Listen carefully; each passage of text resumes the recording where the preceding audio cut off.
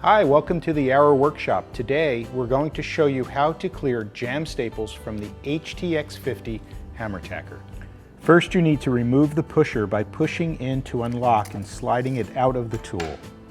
Next, you will need to remove the screw and nut holding the channel in place.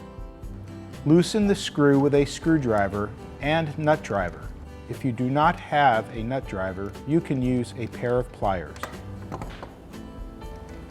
Then remove the screw from the tool. Pull out the entire channel. Then clear the jam with a screwdriver. Now reinsert the channel.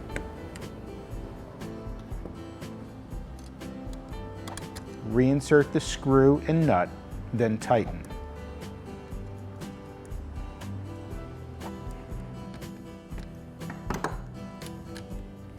Insert 2 full strips of staples onto the guide rail, sliding them all the way to the front of the tool. Reinsert the pusher until it locks in place.